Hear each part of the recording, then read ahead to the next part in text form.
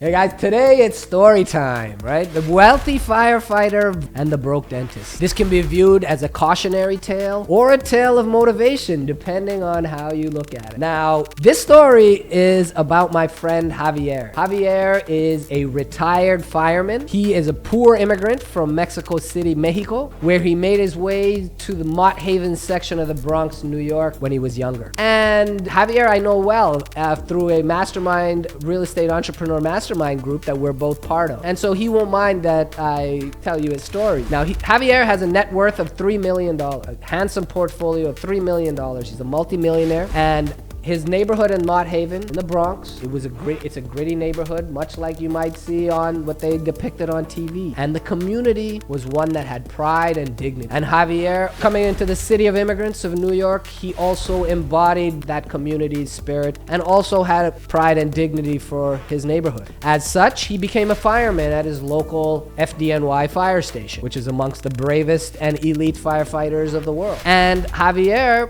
worked full-time as a fireman, right? He was working 3 days a week, 12-hour days, which left him 4 days a week where he spent time investing in cash flowing real estate. Javier's plan was not sophisticated, and Javier is a very humble guy and he's a very bright guy, but he also downplays how he did it. All he did was simple. He saved 20 to 25% of every paycheck he got and put it into an account, his investment account, he called it, right? He kept on doing that until he saved up enough to do a down payment, where the government was doing a program where he could get great terms on a high leveraged loan, and he bought his first property that was cash flow. Javier used this cash flow that also the cash flow from the property went back into that investing account. And he kept saving his money until he had enough to buy another one. Cash flow increased. Now he keeps working, saving up, and he rinsed and repeated this process in him becoming a multimillionaire. This was not doing anything crazy, just adding one property every so often, right? And increasing his cash flow one deal at a time. Now, pretty soon, Javier was making enough money to cover all of his monthly expense. Now, this is when he decided that, you know what? I don't think that this firefighting is a fair game. And I said, what do you mean? I mean, it's a job of servitude and service to your community. He said he loves that part about being a firefighter. But what he realized is that this income that he's getting passively from real estate is also income tax free. He was essentially getting this money tax free. Whereas his paycheck from his job as a firefighter, his partner, the government, was taking 45% directly out of his check before he ever saw the money. So the way Javier said it, he goes, I didn't make $75,000, Johnny. I made $40,000 after tax. And this is how the wealthiest people in America make, they don't pay income taxes, right? Donald Trump doesn't want to show you his tax returns because he has so many holdings in real estate, he probably pays little to no taxes. This is just from depreciation of real estate. This has nothing to, not talking about what his businesses, whether they're making lots of money or they're losing lots of money.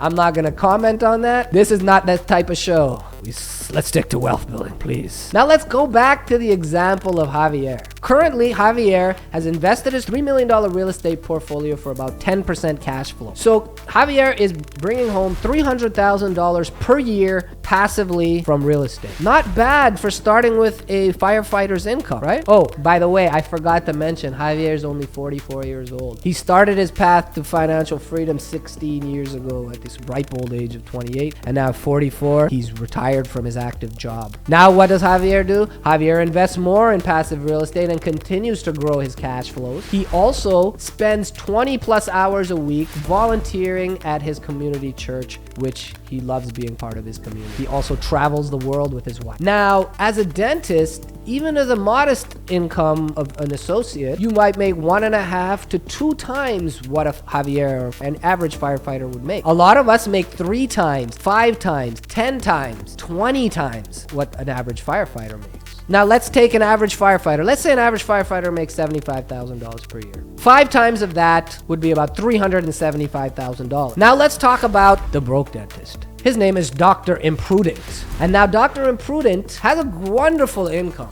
right? He's well respected. He's an excellent clinician. He's very good with his patients. He's well known in the entire region for his dental knowledge and prowess, okay? He's a clinical director of a large multi-specialty dental practice. He has a beautiful house, 2 cars, right? He drives a black S Mercedes that's very stately when he drives it. And on the weekend, when he walks into the office, everyone turns and looks. He's a handsome man. He wears custom-made suits and his trademark shiny Rolex watch. Now, he has all the trappings and the look of someone whom is very successful and people probably look up to. Everyone looks up to. However, when we peek behind the curtains a little bit on Dr. Imprudent, in his savings, we see very little savings relative to his large income. Dr. Imprudent also has liabilities that take his income. As soon as his income enters the bank, he's paying a large plethora of bills, from a large mortgage to 2 cars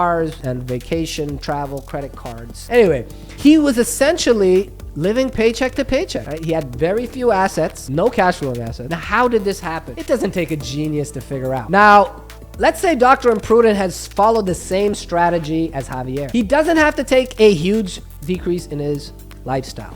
If he put 20% of his large income into a savings account that would be used for savings, for cash flowing investments, then by that logic, if he makes 5 times the income, he should be able to save 5 times the amount of money. If he can save 5 times the amount of money, he can buy 5 times the amount of real estate. And if Javier amassed a fortune of $3 million, then Dr. Imprudent, using the same strategy philosophy, should be able to get $15 million worth of real estate, invested at 10% cash flow, is $1.5 million per year of passive income, virtually income tax free. Now let's give that lidocaine a few minutes to sit in and marinate.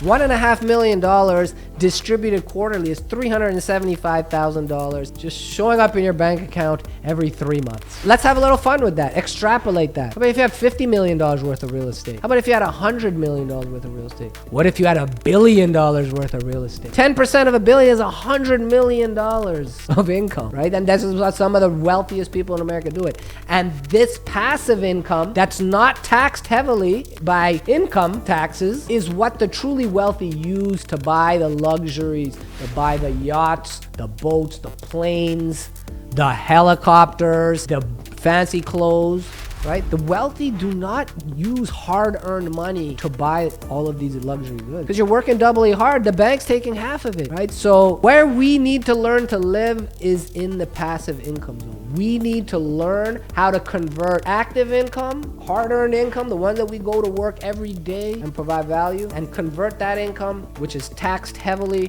into passive streams of income. It's time to change our focus.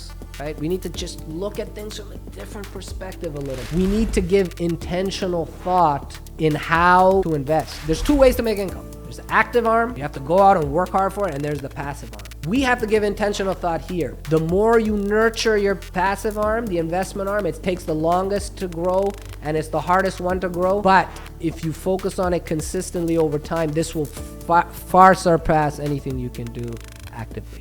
Things start off slow, but they begin to snowball. Now, the key is to educate yourself. You're on the right track by watching an episode just like this. All it takes is for one mindset shift to change the trajectory of your life completely. That's what happened to me. Once I got on the passive income, and every step that I make is congruent to becoming more passive.